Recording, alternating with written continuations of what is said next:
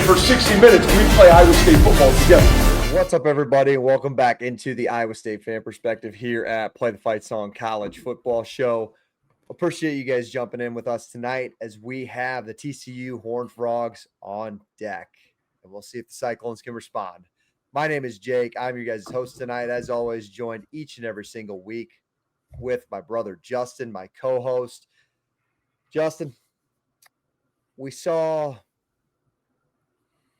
May I say, we saw a disaster in Jack Trice Stadium on Saturday. I haven't had a chance to really chat with you since. Vibes check. Let's check in where we're at before we roll into all that. How we doing tonight?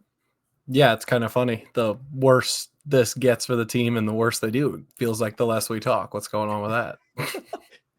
I just need, the long travel that I do, not the listeners care, but the long drive I have to make to Ames from where I live each and every single weekend. I attend a home game. It takes a lot out of you. It's a 4-hour drive, so 8-hour total trip there and back, and it just takes a lot out of you. And it's even longer when the team loses, and you kind of got to reflect there. And now it feels like the last 2 weeks now, I have left Jack Trice Stadium merely speechless, I would say. I was speechless more after the BYU game just because, that one was just a shot in the foot. This one was just like, well, that sucked. It wasn't all, completely surprising. There were some surprising parts in it, but it was like, that just kind of sucked. Which, I mean, I feel like, unfortunately, it means, it's more speechless after this game than the BYU game because, the BYU game, the unfortunate thing about it is, the BYU game, that after that loss, we had a ton to say after the Colorado game. Obviously, me and you were chatting a bunch after that one. And then the BYU game happened, and we still had this intense emotion that we just didn't really have any words for. And now, the emotion's not even there anymore. It just feels like a dead team walking, and it's really unfortunate. And I hate it. I mean, the basketball season kicks off here in an hour, and now we're fortunate enough to have a solid basketball program where people can start to turn their attention elsewhere. But it just sucks for this team, for this program, and for everything that they've been building for the last couple of years. That's just kind of where we're at right now. And you can't blame them. Can't blame people. You can't blame the team. You can't blame the fans. I know we're going to get into it here, but there's some irrational people out. There's some irrational people out there, but it just sucks where they're at right now. I don't mean to cut you off. We will get into all of that. If you're new, tuning into the Iowa State Fan Perspective for the first time, I appreciate you guys. Welcome in. We appreciate you jumping in. If you're a TCU fan, welcome. We will get to your team. We promise. We do this each and every single week where we preview the opponent ahead because win or lose, this football team's got to get off the mat. We're fans too. We got to get off the mat, and we still have another opportunity to get a victory on Saturday down in Fort Worth.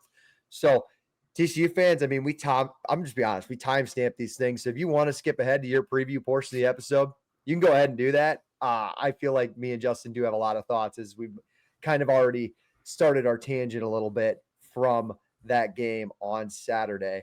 Before we jump into the recap of the Arizona State game, as always, our episodes are always partnered by our friends at No Rivals. ShopNoRivals.com.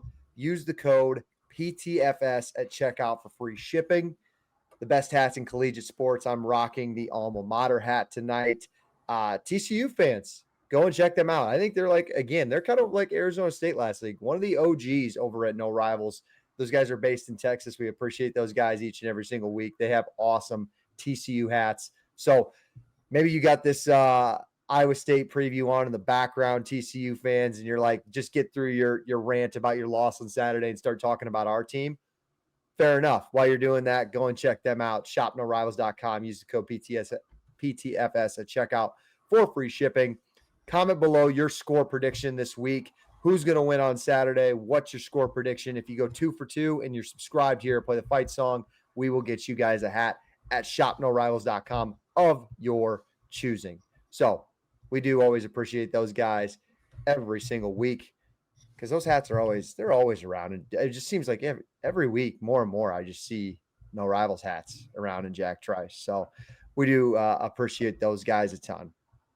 Okay, Justin. All right, now we can rip off the Band-Aid.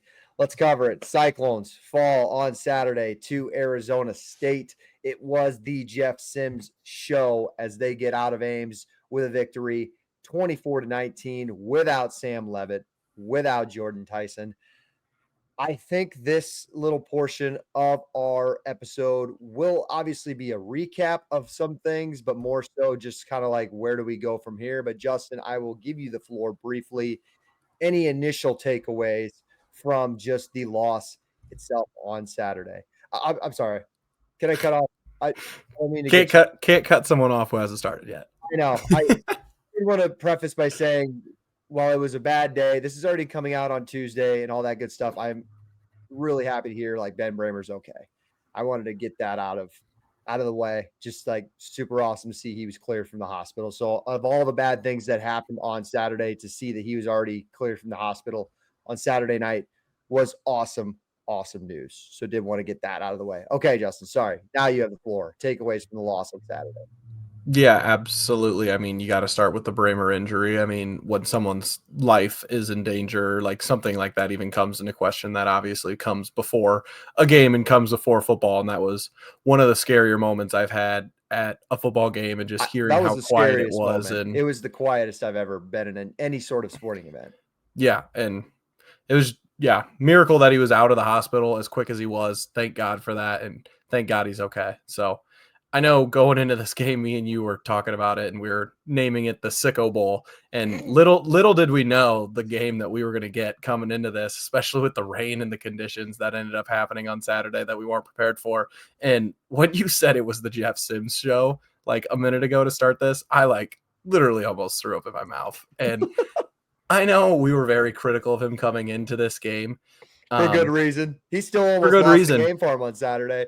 That doesn't get talked about enough. He had a great day, one of the best days of his career. So hats off to him. Like, obviously, we're just two bozos on here talking shop and talking game, but like he went out there and went out and won the game for him. He made plays when Iowa State really couldn't. I mean, you may disagree, but they at least made plays when it mattered, where our team struggled to do that. So credit to them. I think this could end up looking kind of like a Colorado loss here in a couple of weeks, where it didn't feel that bad. We made them look a lot better than they actually were. Obviously, the team as a whole of Arizona State is still really good, and they're going to compete every single weekend. And Kenny Dillingham's a great coach over there. So, I mean, it's not all doom and gloom losing to a team like Arizona State, but it was just really rough seeing this Iowa State performance again and just feeling really helpless out there. I don't even know how else to describe it. It just kept piling on, and it didn't feel like Iowa State fans could ever enjoy anything for more than 2 seconds, because there were good moments within the game. You had some good touchdowns, some turnovers, a couple of things here and there, but anytime something good happened, it felt like something bad immediately happened the next play or whatever. Like you go up 10-3, and then the next drive, Arizona State goes and gets 7 in 3 plays or whatever it was, and then you start the second half. I think I want to say they got the stop early in the second half, and then it just immediately started raining again. And then just kind of they scored on that big touchdown run the following possession. It was just like you couldn't enjoy anything for more than 30 seconds.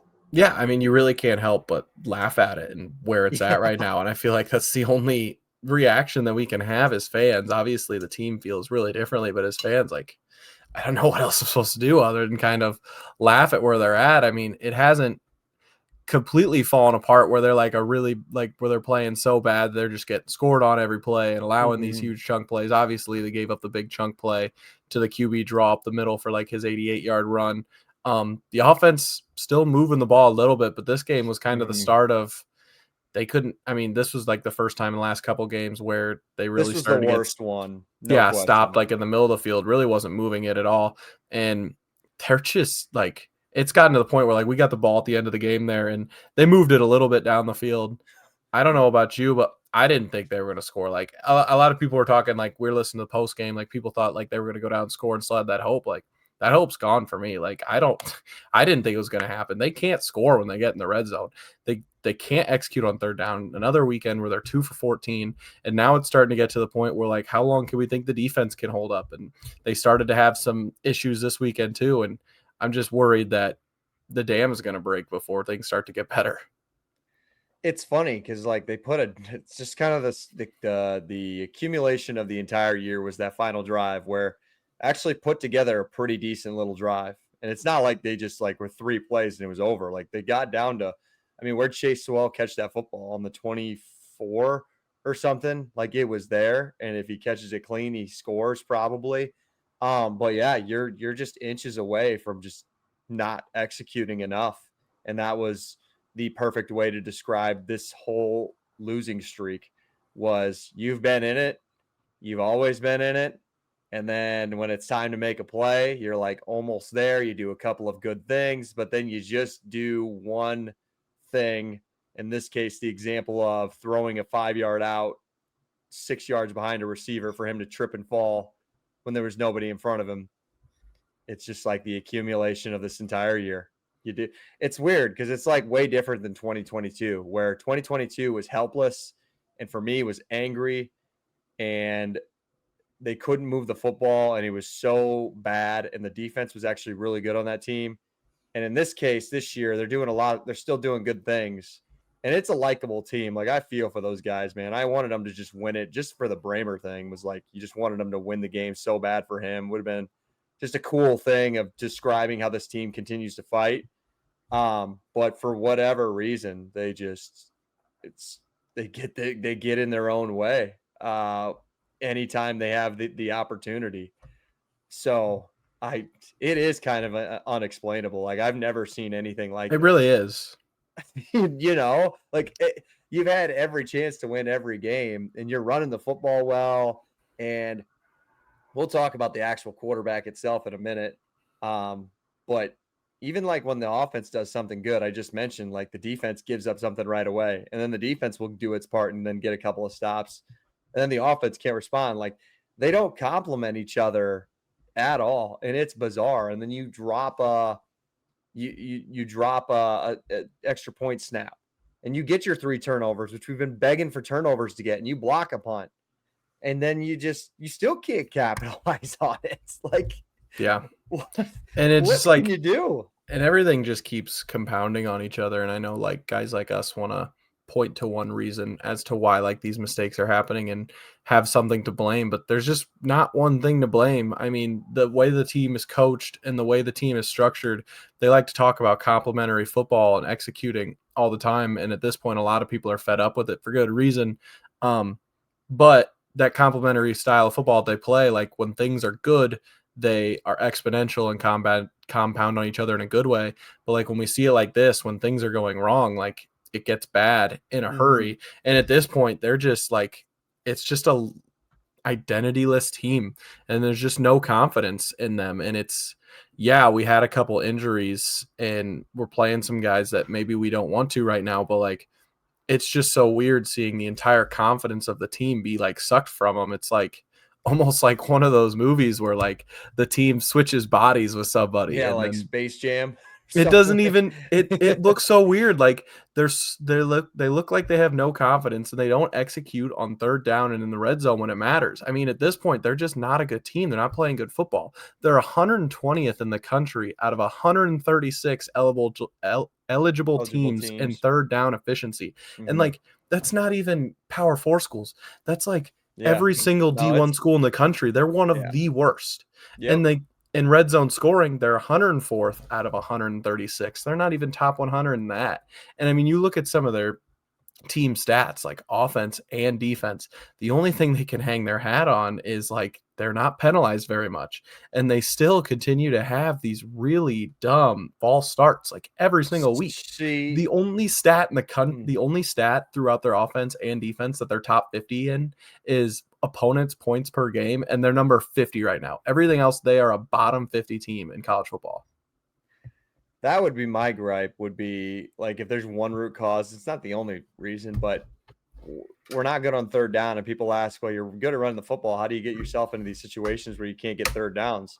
I'll tell you, it's these dumbass penalties. And it's not a ton, but 7 for 56 yards on Saturday is enough for you to lose football games because of it.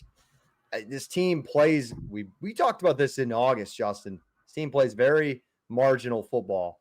and the margin for error is very small. And 7 penalties for 56 yards, which was one of the better days you've had in this losing streak, which is terrible to say. It's still enough to cost you football games. That's what pisses me off because the penalties haven't been fixed. That is bothering. That's execution. That's because they're like false starts. That's just lack of paying attention. And that goes to the kids. That goes to the coaching. Like, I'm sure they're harping on it and they're working on it in practice, but the fact you can't figure that stuff out right now that's pretty unexplainable to me. That's probably the one frustration I would have out of all of this, where I haven't given a little grace to the coaches, to the players, to any of it. It's the penalties are the dumbest thing, because that's what you hung your hat on. You hung your hat on that in the beginning of the season when you were 5-0, and you hung your hat on that as the top 5 least penalized team in college football last season when you won 11 games. So it's not the main common denominator, but man, I would have to take a guess. It's the biggest difference on what this team is struggling with right now between the losses and when they were 5-0. Yeah, and it's really frustrating and really tough to watch. And when you have mistakes like that, you need multiple people to step up and make plays to make up for those mistakes. And they're not even close to that right now. There is nobody on this team that we can rely on in crunch time situations, really on both sides of the ball, to step up and make plays when they need it the most. And that's kind of the one group that I've been frustrated the most with is the receivers. I think a lot of these penalties have come on a lot of procedural mistakes and false starts, and we're still playing so many guys out there at this point in the season, and there's just nobody who's stepped up and really taken hold of that room and helped out a struggling Rocco. I mean, obviously he's made a lot of errant throws and some of his worst picks of his career in the last couple of weeks, so it's tough that way. But some of these guys, I know they're young, but we need somebody to step up. And obviously, it really hurts losing the talent that we lost last year, but I didn't think it'd be this bad. I didn't think so either. And it's actually gotten worse. They were better in the beginning of the year than they were at the end of it. They're getting worse. That's also the weird part about it. But that brings us into our last point, and then we'll move on to TCU, is quarterback situation. Maybe we're the anomaly. I don't know. I'm really I'm disappointed in some media outlets and just some fans, just for, I'll say it, people saying that we should bench Rocco. If you disagree with us, this is the fan perspective. You're allowed your own opinion. You can voice it in the comments. We'd love to hear from you. But this is not a benching Rocco podcast. I guess I haven't talked to you about this, Justin. Maybe you are. But I'm not. I think I'm really disappointed in some of the people that say this, because I feel like there's smarter football minds out there that shouldn't be saying things like that. Has he been struggling? Yeah. Actually, you look up his stats, the first 5 games when they were 5-0, it's not really that far off between how he's been playing now and then. His picks have gone clearly up, and some of the picks in the BYU game were horrendous. He was stepping up in the big moments still at the beginning of the year, and that part has disappeared. Correct. I just think if you bench him, you're punting on the entire season. And I think you mentioned it, Justin, this entire running back room, tight end room, receiver room, and your quarterback presumably all can come back next season. And I love Rocco. That guy has just put his arm and his left leg on the line for this team time and time again with some of the shots he takes. And I just feel like I don't even think Campbell's considering it, and I hope he's not, because I think this team would just die for him. You just see it, man. He's just such a likable dude, and they still believe in him, because we've seen it time and time again. So if you bench him, you're punting on the season. You're potentially losing trance. I'm talking guys leaving this at the end of this year. If you go that route for, maybe they're backing up Rocco and they just don't believe in benching him. And then on top of that, yeah, you're shaking the confidence of could be the all-time winningest quarterback. I think he still's got a shot to be the best quarterback in school history. I still believe in that kid a ton. And you giving up on him with these 3 games left just feels dumb to me. It feels really dumb. But I don't coach football. But I think Matt Campbell isn't even considering the slightest at benching Rocco. And we'll probably hear from him as we record this Monday night. You'll probably hear somebody's going to ask him about it at his press conference on Tuesday. So we're going to get some sort of answer, whether it's BS or not. I don't know. Yeah. Where are you at on it? I'm pretty much lockstep with you on that. I don't see the benefit of it, and to me, it doesn't make any sense. And to me, it's an indictment on where we're at in college football right now. I mean, can we just have everybody just take a step back People and want to fire relax? coaches and bench quarterbacks, man. That's all they want to do. Yeah, it's just so dumb, like how impatient people are and how quick they are to want to move on from these coaches and these players. It's just an entire indictment on college football as a whole and where we're at. I mean, Matt Campbell and Rocco Becht are both very imperfect. I mean, Matt Campbell's an imperfect coach. I mean, we've seen a lot of his mistakes and a lot of his slowness to change and seen us go through these losing streaks. And Rocco, I mean, we're in the brunt of it right now. We're seeing him play his worst football right now. But these two are kind of the poster childs of this program and what they stand for and what they're trying to build right now. And that's a program and that's resilience. And when they've had money thrown their way, an opportunity to go elsewhere, they've turned it down because they want to stay here and they want to do something special and they trust each other and they trust that team and program they're building. And to see people want to throw that away or see people try to jump off ship just 4 struggling games into that is really disappointing to me. And I think they missed the entire point of what this football program is, because that's not what this football program is. And believe me, Justin, this is the fan perspective. Like, you have a right as a fan to leave the stadium pissed and wanting a little bit of change. I get it. Like, this losing streak's pretty inexcusable for a lot of different reasons. But need I remind you guys, in my personal opinion, nothing was lower than that Ohio loss 3 years ago in 2023, coming off of the 2022 season. Then you lose that Ohio game, and Matt Campbell, Rocco Becht are still around.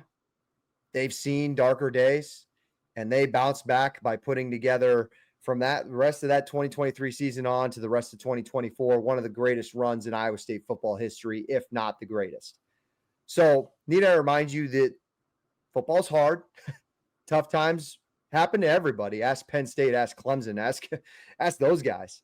I just have the ton of confidence, and it might not take this year, Justin. Like, you get Oklahoma State at the end of the year, you hopefully get a 13th game to play. But these next 2 games, let's get to them, like TCU and Kansas, might be tough, and you might still be learning some lessons along the way. But I have seen Matt Campbell and Rocco Becht bounce back after people doubting them and after tough times. And the day I change on that, it'll take something drastic. Maybe Rocco goes out there and throws 4 picks or 5 picks on Saturday. We have a different conversation this next Monday.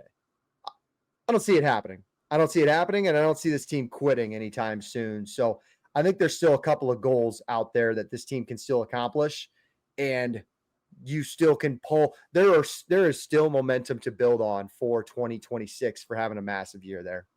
Maybe I've got the Cardinal glasses on and I'm a little biased, but that's how I feel. No, I mean, I don't think so. I mean, we're nine games into the season, right? Still got 4 left. I mean, still got plenty of football left to play. Obviously, the expectations have to change a lot. And I mean, we're going to get into the breakdown for this weekend. I'm not super hopeful for what this weekend's going to look like either, but that's life. I mean, that's football. At some point, you got to, like, if games were just played on paper, then it wouldn't matter. And giving up on this team at this point is just not the answer and not what this program is and going to be going forward. So, amen to that. With that, let's get into the TCU Horned Frogs. Before we do that, I want to shout out our other partner at Frost Buddy, the best drinkware in all of collegiate sports. 80 plus different teams. If you're watching us on YouTube here, scan that QR code, go and check them out, or check them out at frostbuddy.com /PTFS to let them know we sent you. Awesome koozies, drinks, or cups, you guys name it. Those guys are the best. They got awesome designs. They got almost every team covered, so check them out at Frost Buddy. Also, before we get into it, make sure to subscribe to the channel, like the video here, play the fight song. We don't just cover the Cyclones. We cover all 136 teams here. So if you're a college football fan, not just a Cyclones fan, this is the place to be. All right, Justin. With that, let's talk TCU. Let's talk the Horned Frogs. We'll go into players to watch as we do each and every single week. We'll let you get started with the offense. Who are some guys to watch for this high-flying, high-tempo TCU offense?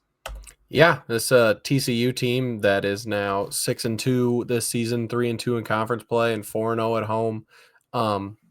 They've gone on pretty much since conference play started last year. They've gone on a tear. They've only lost 4 games of their last 19, I want to say.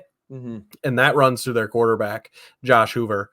Josh came into the season as one of the most highly touted quarterbacks in the Big 12. Probably somebody that me and you didn't hype up enough coming into the year. But this whole team runs through the pass game. He's 12th right now in the country in total passing yards, completing 64% of his passes and sitting at a 22-6 touchdown interception ratio.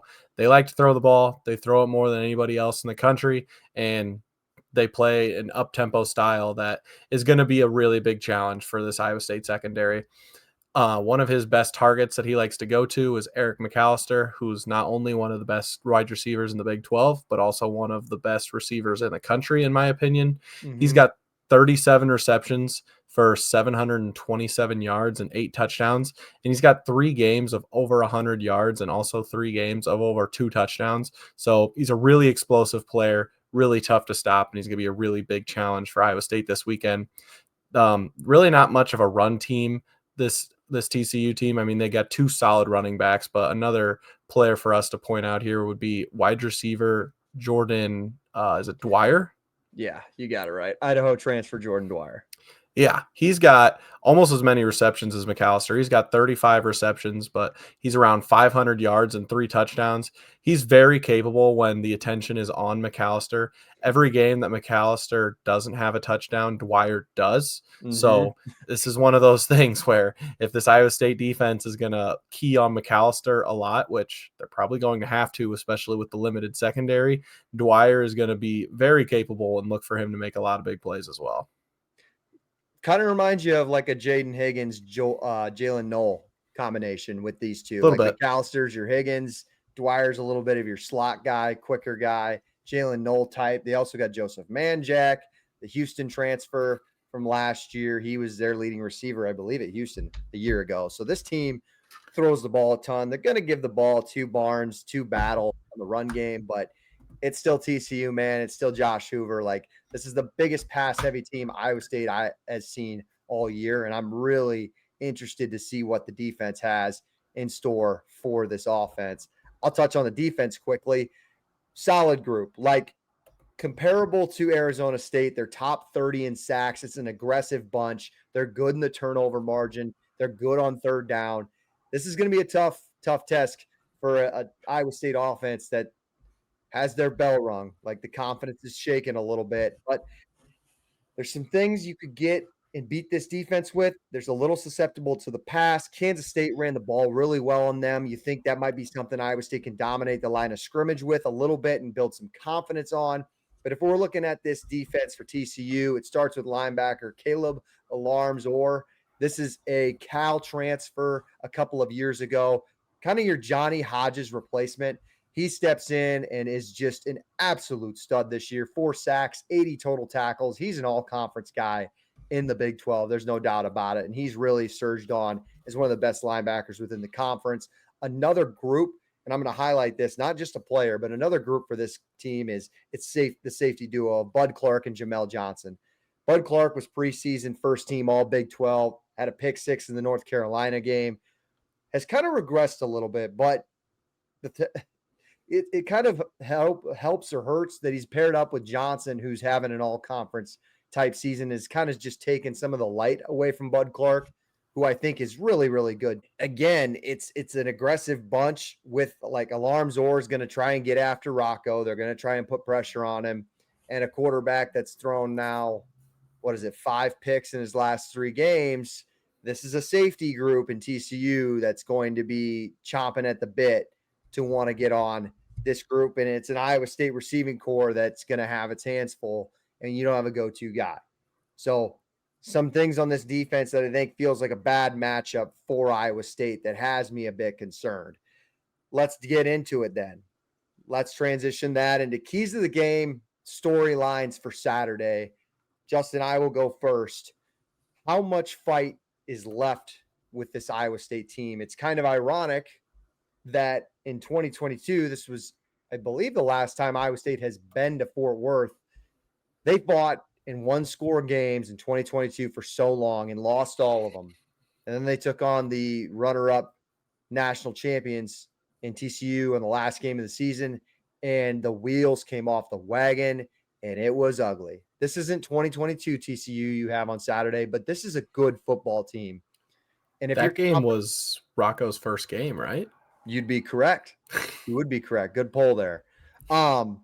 It feels like one of two things. Iowa State can shock the world as a 6.5 point underdog and go in there and fight and maybe win the game. Or maybe this one gets out of hand.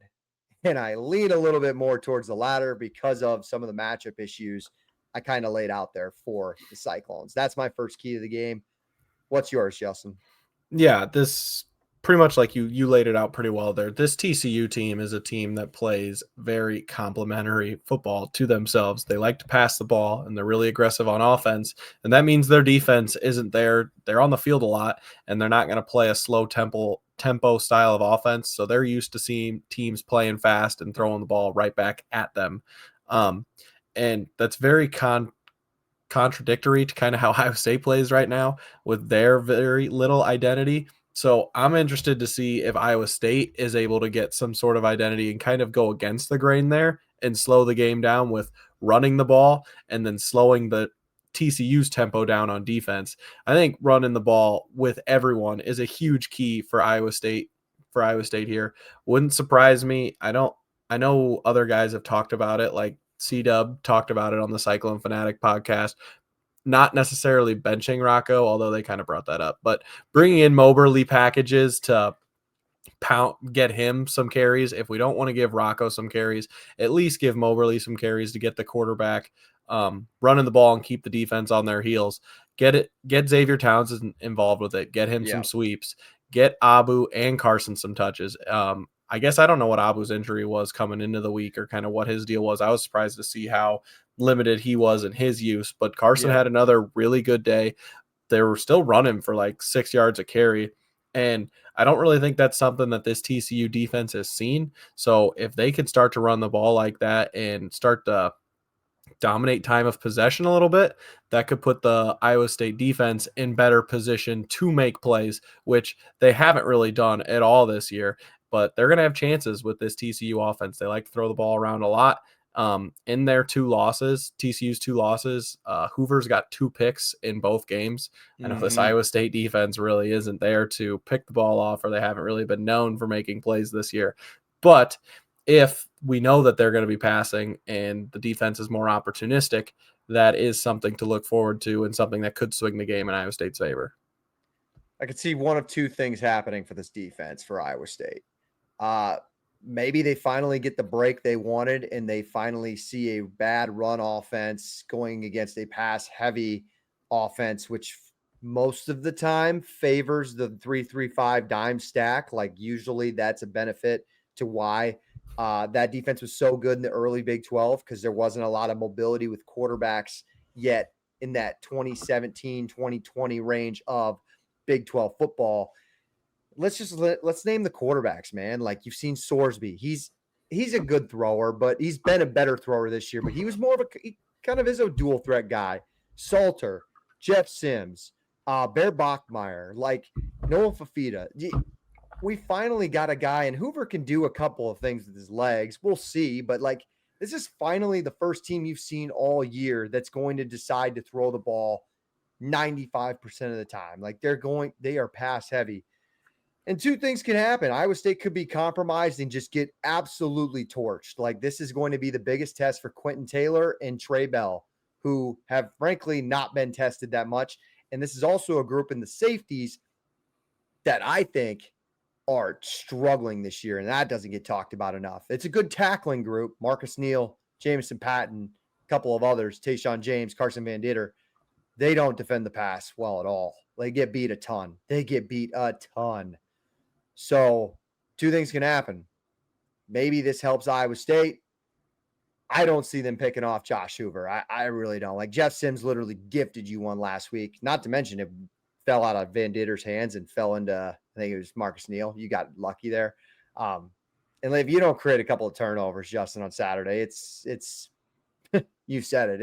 It's ugly. I think he gets ugly. We did see the defense start to blitz a lot more last week and start to switch things up. So, I mean, if they continue with that, maybe that can spark some plays and start to get some pressure on them and help the defense out a little bit. But with all that extra blitzing that they did last week, I would be remiss to say we got 0 sacks again. Yep. So not sure it was really working, but they're at least trying something new. So maybe all they needed was a second week, and they're going to be better at it this week, because I know everyone's quick to just write them off. Oh, it didn't work one time. But you know what? Sometimes they get better at it. And Jeff Sims is a really mobile quarterback. Hoover doesn't really like to use his legs that much. So maybe this week it's going to be a little more beneficial for us. I think they're already going to make big plays on us. So not blitzing and kind of just sitting there and letting them take it from us probably isn't a very good strategy. So who knows? Maybe the blitzing and the aggressive nature of Iowa State's defense is going to pay off a little bit this week. Let's see if it pays off, Justin. Let's go. Prediction time. Before we do that, let us know in the comments. ShopNoRivals.com. Use the code PTFS.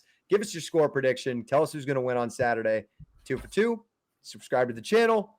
Get you guys a hat. TCU fans, like, come on now. There's a ton of TCU options over at No Rivals. So let us know in the comments. 6.5 points is the spread as we talk about it on Monday night, Justin. I think it gets above a touchdown. But can Iowa State do it? Can they pull off the upset? This feels like the biggest spread in at least a couple of years. What's going to happen for the Cyclones on Saturday in your perspective? Yeah, this was one of those games coming into the year when we did our preseason breakdown that it was one of the 2 games that I had Iowa State actually dropping. And that was before these injuries have unfolded and like these last 4 weeks have kind of gotten away from us. TCU still has a lot to play for this year. I think there's a lot out of their hands in the Big 12, but they've only got 2 losses right now. They've got us this week. They've got BYU next week, and then they've got Cincinnati to end the season. So still a ton of opportunity for this TCU team. Like I touched on earlier, they know who they are. They have a really strong identity, and I think they're really going to try to pick on Iowa State's flaws that they've showed the last couple of weeks. I think Iowa State, like I said, at this point can really surprise some people. They're really starting to write us off a bit. And I think the defense group still hasn't given up. I mean, they're still trying new things. So you never know when something's going to pop, but I just don't think Iowa State's got the players or the team right now to really overcome this TCU team at home. So I've got Iowa State dropping this one 21-31. That's a good projection. When I did this in the preseason, it's funny. I had us losing to Arizona State, and then I'm like, this team's going to bounce back. There's no way they're losing in Fort Worth. Yeah, that's not the case. Like, it feels as low as the momentum is felt after that Arizona State loss in real time. Man, as much as I'm really fascinated to see how this team responds. Just really intrigued to see, how can Rocco respond? What adjustments does Campbell make? Does he still have the guys bought in as the coaching search and the coaching rumors continue to circle up here as we get closer and closer to the month of November? We're going to really find out what this team is made of on Saturday. That being said, until you prove me otherwise, I'm just kind of like, fool me once, shame on me. Fool me twice. Fool me once, shame on you. Fool me twice, shame on me. I'm not going to get fooled again. I think it gets ugly for Saturday. I got Iowa State like 34-14. I think this defense for TCU is aggressive. They're really good at home. You mentioned it, Justin. They're 4-0 at home. They're really good at home. It's kind of a weird place to play. And then offensively or defensively, like, I just see a bunch of explosive plays. Iowa State's given up 11 yards per completion, and I don't see them stopping a guy like Eric McAllister. Eric McAllister will be the best receiver they have seen all season. They didn't see Jordan Tyson last week. Eric McAllister is that dude. He's up there with like Chase Roberts. I think McAllister's even better. So prove me wrong. I would love to be wrong. I've been wrong on this show for basically the last 5 weeks predicting wins and losses. So I would love to be wrong in this spot, but I don't see Iowa State even really making this one that close. So That's what I Hope we're got. wrong. I hope we're wrong. I mean, too. there's definitely a way. There's a universe where like Iowa State pounds the rock, like I said, and is able I to hope so. control the clock a little bit and run the ball. And then the defense, which everyone's harping on the 3-3-5 right now, but if you're going to play an offense, this is kind of the This is style of it. offense that Mhm. the 3-3-5 is supposed to be Yep. geared against. Whether or not we have the players to execute that and go up against TCU, I don't think so. But I mean, it's there. I mean, there is a potential for that. And I think that's kind of why the line's at where it's at right now. And if you're the offense, I mean, you really got nothing to lose at this point. So hopefully we see him take some shots, try some new things, get a little creative with it, because what they're doing isn't working. And I think that kind of puts college football teams in a really dangerous spot. So hopefully we see a rejuvenated Iowa State team this weekend and they surprise us a little bit. Where are you going to be watching this at, Justin? It's kind of one of those games where I'm actually going to be home for this one. I'm not really sure yet, honestly. It's still gotten to the point where coming into this little podcast that we're doing here, I still don't even want to think about it. But now I'm starting to get a little excited a little bit, so I'll start to form my plans after this. So we'll see. We'll be back next week at some point. It is hoop season, and the Clones are actually coming to my town, Sioux Falls. I'm excited. So we won't be recording Monday night because I'll be watching the basketball team. Justin, I'm thinking maybe if you're going to be around, maybe we do a live show Saturday night after the game. A little live reaction, win or lose. Keep your calendar open. If they win, I'm down for it. If your prediction pans out, I'm not sure we're really going to need to go live after that. But well, we got a bye week, so it's like we do the live thing. We just kind of get our emotions out of the way, and then we circle back for Kansas the following week. Maybe we need to go back to our Sunday schedule. Maybe that's the difference from last year to this year. That's kind of why I broke this hat back out, because it's been a while. Good stuff. Can you hear me? Is my mic working through the music? Just like the last week. We can't figure out either with this whole music thing. So, till next time, my name is Jake. That's my brother Justin. Win or lose, we're always back off the mat. We'll see you guys next week. Until then, go Cyclones.